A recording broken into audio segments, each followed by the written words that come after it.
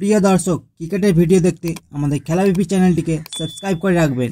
মালয়েশিয়ার কুয়ালালামপুর স্টেডিয়ামে ইতিহাসের সাক্ষী হলো এশিয়ার দুই শক্তিশালী নারী ক্রিকেট দলের লড়াই। ভারত ও বাংলাদেশের নারী অনূর্ধ্ব-19 দল মুখোমুখি হলো প্রথমবারের মতো অনুষ্ঠিত এশিয়া কাপ ফাইনালে। স্টেডিয়ামের চারপাশে গ্যালারি কানায় কানায় পূর্ণ, উত্তেজনায় ফুটছে ক্রিকেট প্রেমীরা। বাংলাদেশ টসে জিতে ভারতকে ব্যাটিংয়ে পাঠায়। ভারতের শুরুটা বেশ নড়বড়ে হলেও গঙ্গাদি তিসার অনবদ্য 45 রানের ইনিংস ভারতকে 117 রানে লড়াকুশ করে পৌঁছে দেয়।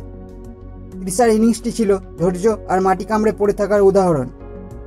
অন্যদিকে বাংলাদেশের মিডিয়াম পেসার ফারজানা ইয়াসমিনের দারুণ বোলিং 4 ওভারে 31 রান খরচ করে 4টি উইকেট নিয়ে ভারতীয় ব্যাটারদের বেশ চাপে রেখেছিল।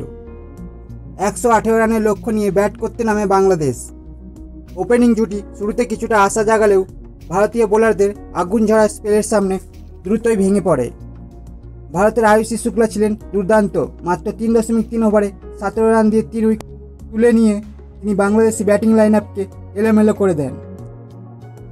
ফিল্ডিংয়েও ভারত ছিল দুর্দান্ত। একের পর এক ঝাঁপিয়ে ক্যাচ ধরে তারা প্রমাণ করে কেন এই শিরোপার যোগ্য তারা। শেষ পর্যন্ত 76 রানে অল আউট হয়ে যায় বাংলাদেশ, আর ভারত 41 রানে ব্যবধানে জিতে নেয় শিরোপা। ফলে এশিয়ার শ্রেষ্ঠত্ব ধরে রাখলো এইবারও।